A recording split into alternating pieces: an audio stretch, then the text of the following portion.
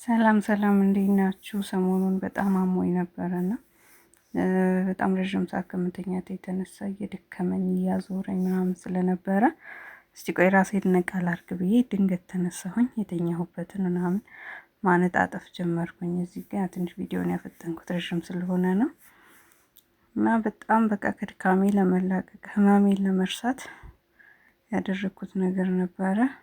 ተነሳሁኝ፣ አነጣጠፍኩኝ።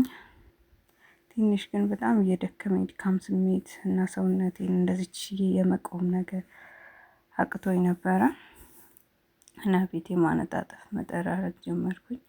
ኖርማሊ ንጹህ ነው፣ ግን በቃ ራሴን ዘና ላርግ በማለት ዝም ብዬ በት ማለት ጀመርኩኝ።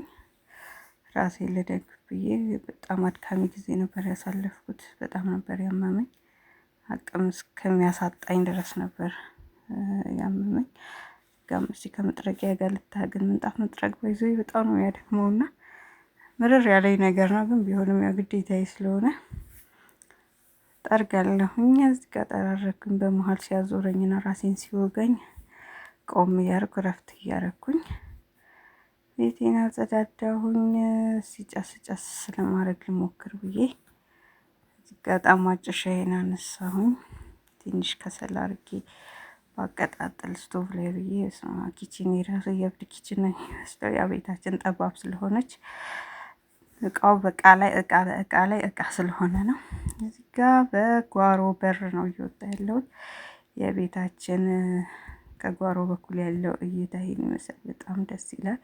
በጣም ነው የሚያምረው። እዚህ ጋር ከሰል እያወጣሁኝ ነው። ለዕጣን የሚሆን ማንደጃ ላይ ያገኘሁት ቡና ለማፍላት የማፍላት ሞራል መጣና እዚህ ብዬ በዛውም ውጪ ላይ ብዬ በጣም ነው የሚያምረው። ባክግራውንዱ ምናምን አረንጓዴ የሆነው ነገር በጣም ነው የሚያምረው። የገባው ከሰሌን አቀጣጠልኩኝ። ጀበናዬን ምናምን አስተካክዬ ዝጋ ቡና ሳይ ያልተፈጨ ቡና ግን መፍጫ ውስጥ ነበረኝ። መቁላት አልቻልኩም ነበረ። እዚህ በጥቼ ነው የምፈጨው። ያው ሶኬቱ እዛ ጋር ፍሪጅ ስላለበት አይመችም። ቡናዬን ለመፍጨት ሞከርኩኝ። ትንሽ ቶሎ አላነሰች መሰለኝ።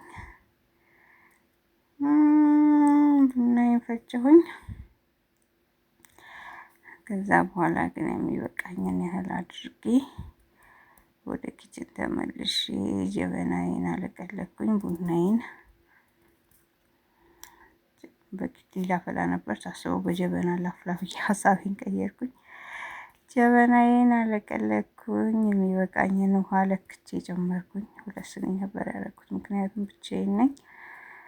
ብቻዬን ስለሆነ መጠጣው ማንም የለም። ሰዓቱም የተመታ የስራ ሰዓት ነበረ። እኔ ስራ ስላልገባሁ ነው። ቡናዬን እዚህ ጋር ጨማመርኩኝ። ደስ የሚል ጊዜ ለማሳለፍ የቻልኩትን ሁሉ እያደረኩ ነበረ። ፓርት 2 ይቀጥላል።